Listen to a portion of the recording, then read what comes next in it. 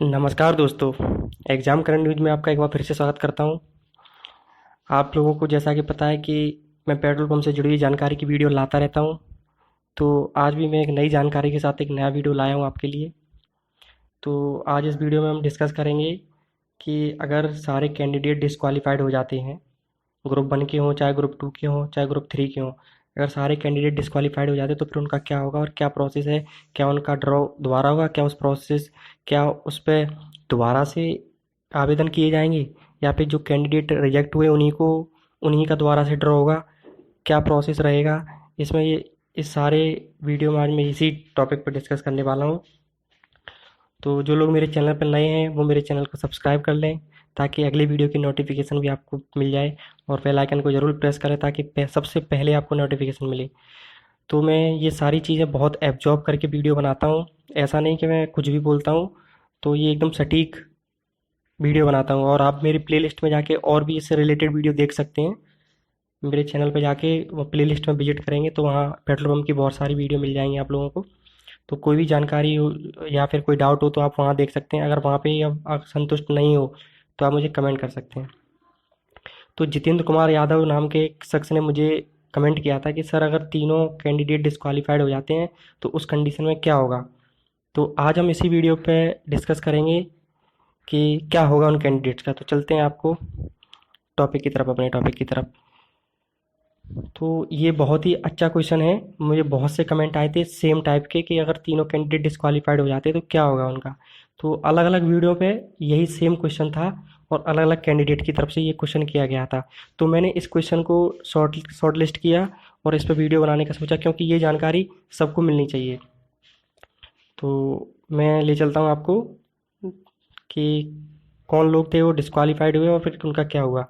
तो मैं आपको जैसे ये व्यू वॉल पे करेंगे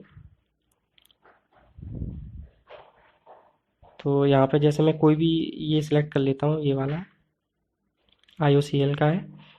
तो एक लोकेशन है इसमें कि वहाँ पे कैंडिडेट का ड्रॉ हो चुका है, मतलब उस ग्रुप का पूरा ड्रॉ हो गया है, लेकिन फील्ड वेरिफिकेशन में वेरीफाइड नहीं हुआ है। जैसे ये लिखा है, ये 8 नंबर पे गुवाहाटी का ये लोकेशन है। तो 8 नंबर पे ड्रॉ हुआ था ड्रॉ। तो ये ऐसी कैंडिडेट के लिए था। तो देखो ये लिखा है रिजल्ट ऑफ ड्रॉ डिक्लेयर। तो ड्रॉ की डेट मतलब ड्रॉ का रिजल्ट डिक्लेयर हो गया था, लेकिन फिर उनका फील्ड वेरिफिकेशन हुआ।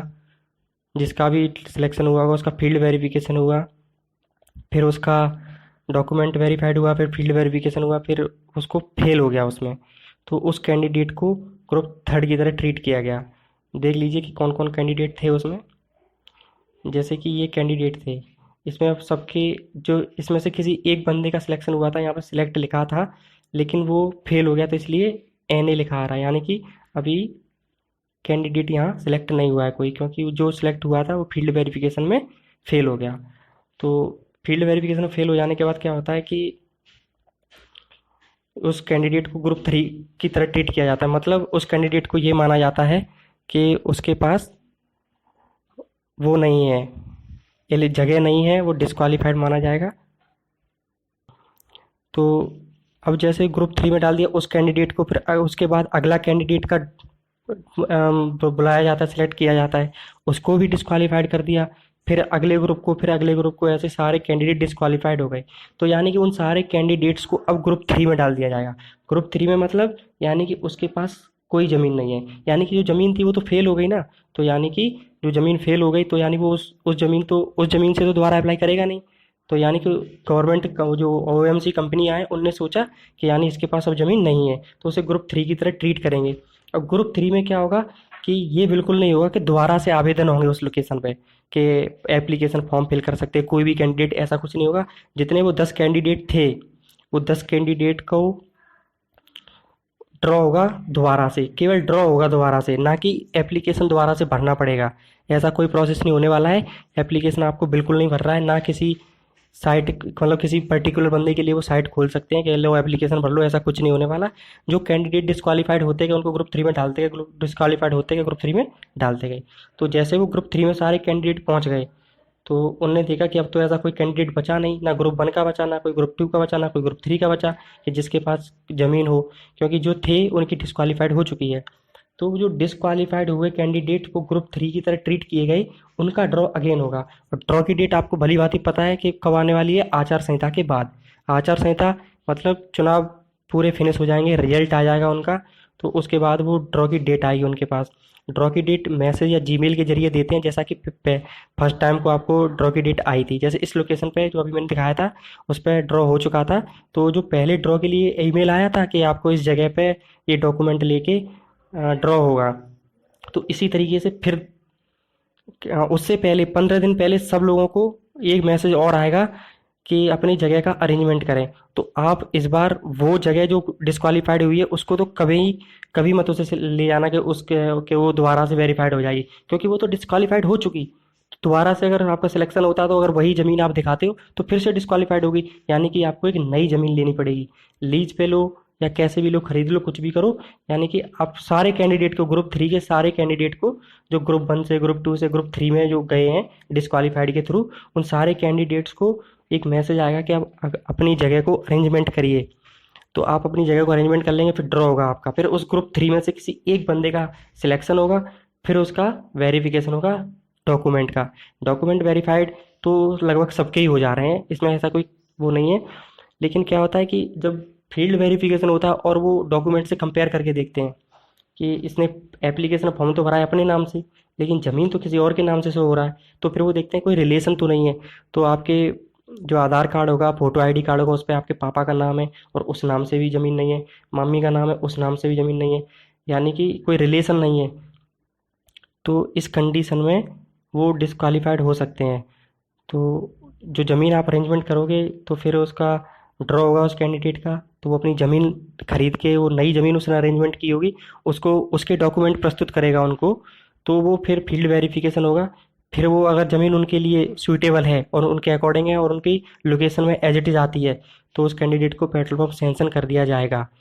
तो सबसे अहम बात ये है कि बहुत सारे क्वेश्चन ये थे कि क्या उस लोकेशन पर दोबारा से आवेदन किए जाएंगे, तो ये आवेदन बिल्कुल नहीं किए जाएंगे, क्योंकि जो कैंडिडेट ऑलरेडी फिल किए हैं फॉर्म और वो डिस्क्वालीफाइड हो गए हैं, सिर्फ उन्हीं के लिए है, वो उन्हीं के बीच में दोबारा से ड्रॉ होगा, उस पूरे ग्रुप का ड्रॉ होगा दोबारा से।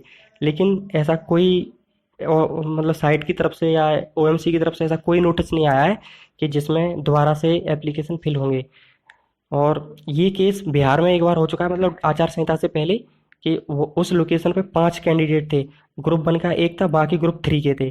तो ग्रुप 1 का डिस्क्वालीफाइड हो गया, तो वो भी ग्रुप 3 में आ गया। फिर यानी कि ग्रुप 3 के बचे 4 और एक ग्रुप 1 वाला भी ग्रुप 3 की तरह ट्रीट किया गया।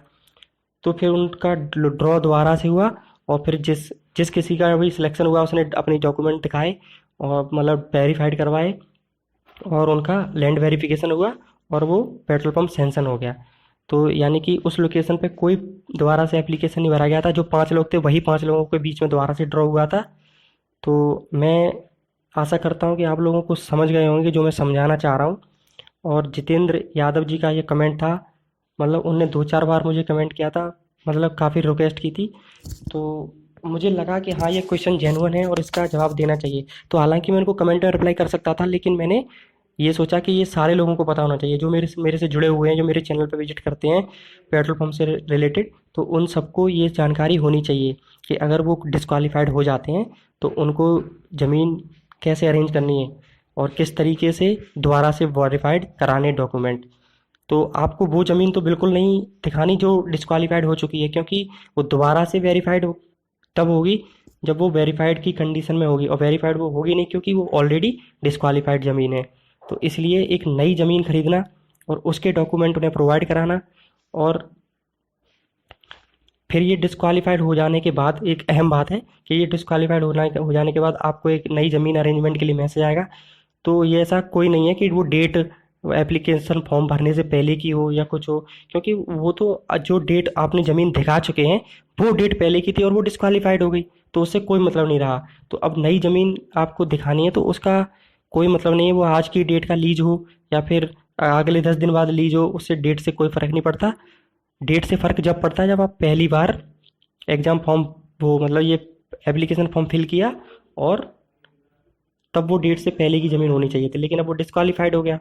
तो अब दोबारा से जो ज़मीन लोगे तो यानी कि पिछली डेट में तो लीज करा नहीं सकते, तो इतना तो ओएमसी वाले भी समझते हैं कि पिछली डेट में कैसे हो जाएगी लीज, तो आगे की डेट भी मान्य है।